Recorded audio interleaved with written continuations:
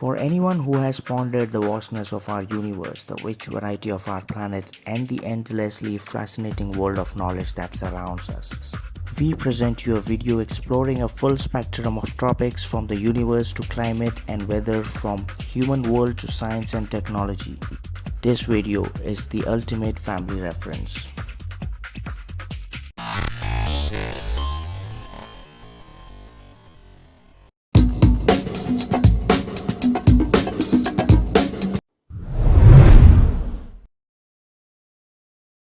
Earth's atmosphere is an invisible layer of gases, plus water vapor and dust, all held close to the planet by the force of gravity.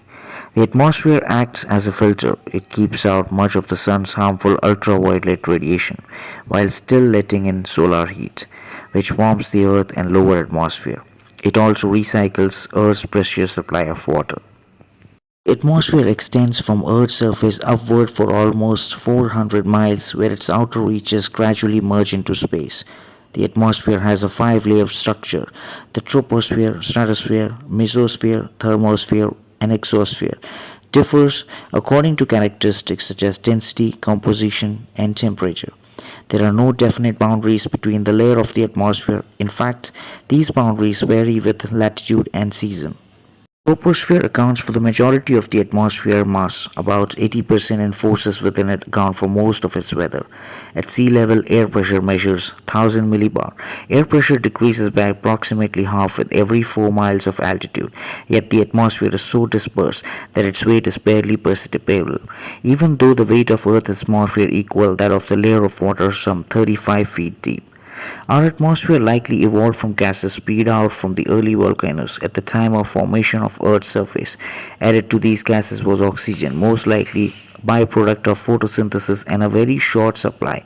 In fact, photosynthesis over millions of years may account for most of today's oxygen.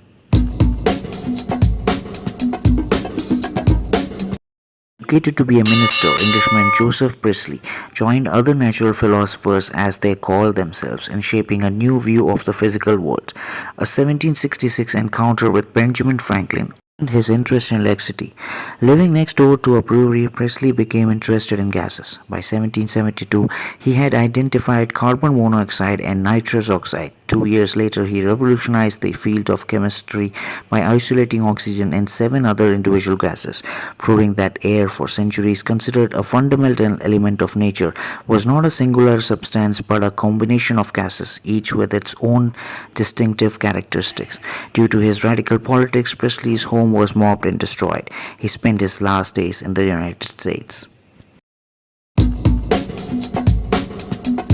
Temperature, gases composition, and pressure change through the many layers of Earth's atmosphere. Beyond the thermosphere lies the exosphere, the outer boundary which extends into space and contains only wisps of hydrogen and helium. The thermosphere begins 50 miles up and extends 350 miles. X-rays and other short-wave radiation from the sun causes temperatures there to rise to more than 31,000 Fahrenheit. But molecules are widely dispersed, so this layer would seem cold to humans. Mesosphere extends from 30 to 50 miles above Earth's surface. Temperatures here drop sharply down to almost minus 200 degrees Fahrenheit.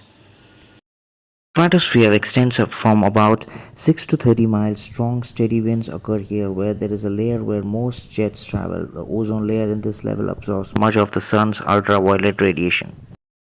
Troposphere starts at the ground level and extends about 6 miles up. It is the densest layer, the exception for thermosphere. It is also warmed with average surface temperature of 59 degrees Fahrenheit. It is a source of most water vapor and the location of cloud formation and weather organization.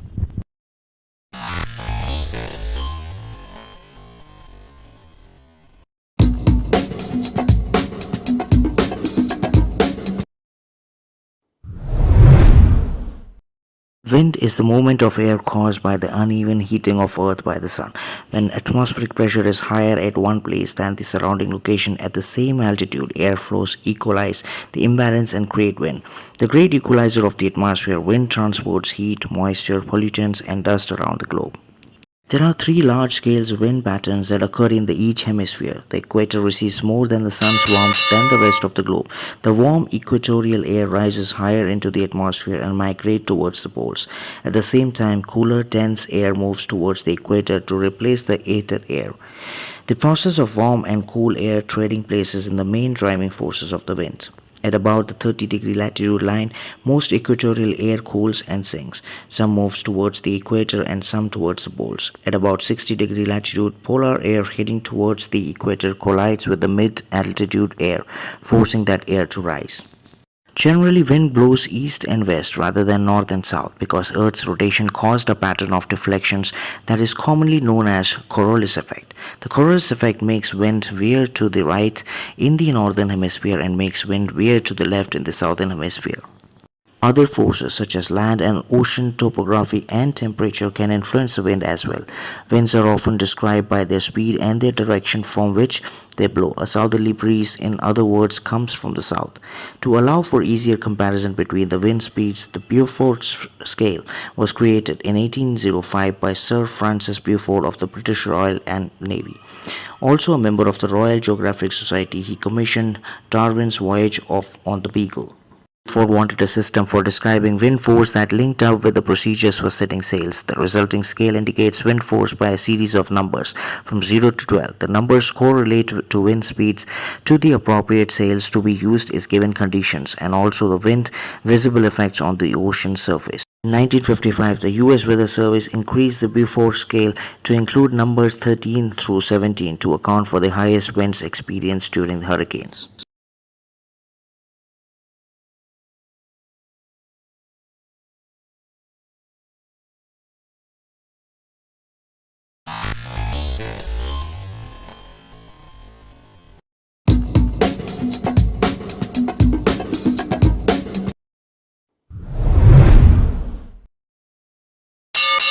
Energy results from the nuclear fusion in the sun's core, which creates an enormous continuous flow of radiant energy that travels throughout the solar system.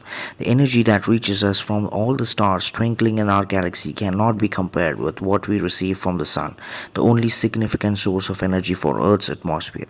Radiant energy is released in the form of electromagnetic waves, which travel unimpeded from the sun in straight lines at the speed of light, 186,000 miles a second. Although the intensity of the energy diminishes as it travels the 93 million miles from the sun to Earth's atmosphere, the amount of energy received by the Earth from the sun in 10 seconds still is equivalent to an electricity generated on the planet in 1 week. Electromagnetic waves vary in length, which is measured as the distance between the crest of waves. All the types of these waves together constitute the electromagnetic spectrum, which ranges from extremely short ultraviolet waves to a very long radio waves. Visible light, which occupies a narrow band of that spectrum, comprises colors that vary in wavelength from short to long. Shorter wavelengths scatter more effectively in the atmosphere, which is why the sky is blue, a color with a relatively short wavelength on a sunny day. At dawn and dusk, light must pass through more atmosphere, allowing the longer orange and red light waves to predominate over the widely scattered blue waves.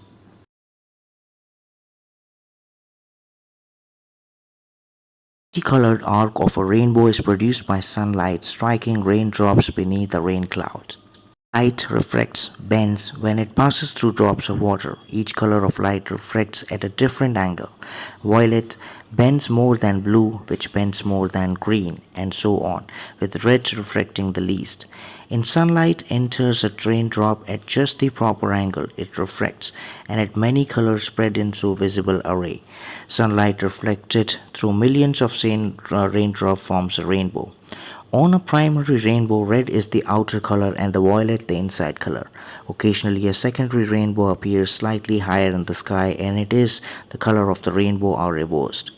The rainbow's position in the sky depends on the sun's altitude above the horizon. The lower the sun, the higher the rainbow appears.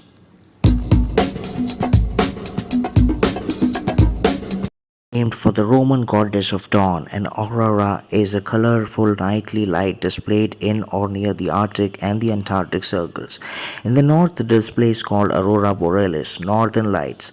In the south, it is called aurora aurealis, southern lights. Gaseous elements in the sun split into electrically charged particles. The sun's surface continuously sheds these particles, some of which flows towards the earth as a solar winds. Those particles that penetrate the earth's magnetic field enters the upper atmosphere and bombard its gases. The resulting collision produces energy visible as arcs, streaks, or curtains of colored light. With particularly intense solar wind activity increases, the lights are seen from far away.